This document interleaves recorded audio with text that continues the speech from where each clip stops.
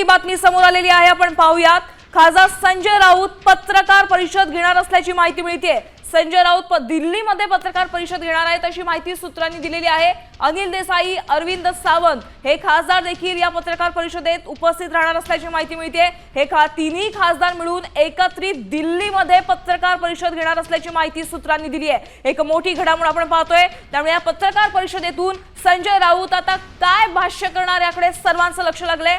थेट आमचे प्रतिनिधी भरत मोहोळकर यांच्याकडे जाऊयात। भरत, राज्याच्या राजकारणात मोठ्या घडामोडी घडतात आणि अशामध्ये संजय राऊतांनी एक ट्विट केलेलं आहे। ट्विट केल्याच्या नंतर आता संजय राऊत पत्रकार परिषद घेणार असल्याचं समजतंय। पत्रकार परिषदेतून ते काय बोलू शकतात?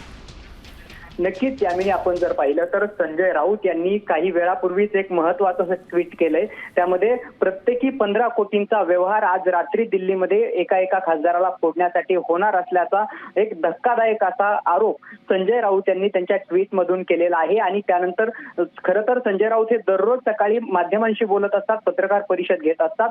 मात्र उद्याची पत्रकार परिषद अत्यंत महत्त्वाची असणार आहे, कारण की या पत्रकार परिषदेमध्ये ही पत्रकार परिषद अनिल देसाई, अरविंद सावंत आणि संजय राऊत हे तिघं एकत्रित मिळून घेणार आहेत। आणि ज्या पद्धतीने ऑपरेशन टायगरच्या चर्चा सध्या शिगेला पोहोचलेल्या आहेत, सगळे ठाकरे सेनेचे बऱ्यापैकी खासदार जे दिल्लीमध्ये पोहोचलेले आहेत, या सगळ्या पार्श्वभूमीवरती आणि त्यातच संजय राऊतांनी केलेल्या ट्विट नंतर ही उद्याची पत्रकार परिषद एक भूकंप घडवणारी असू शकते। अनेक मोठे आरोप हे उद्याच्या पत्रकार परिषदेमध्ये संजय राऊत यांच्याकडून करण्याची मोठी शक्यता आता सध्या समोर येताना पाहायला मिळते।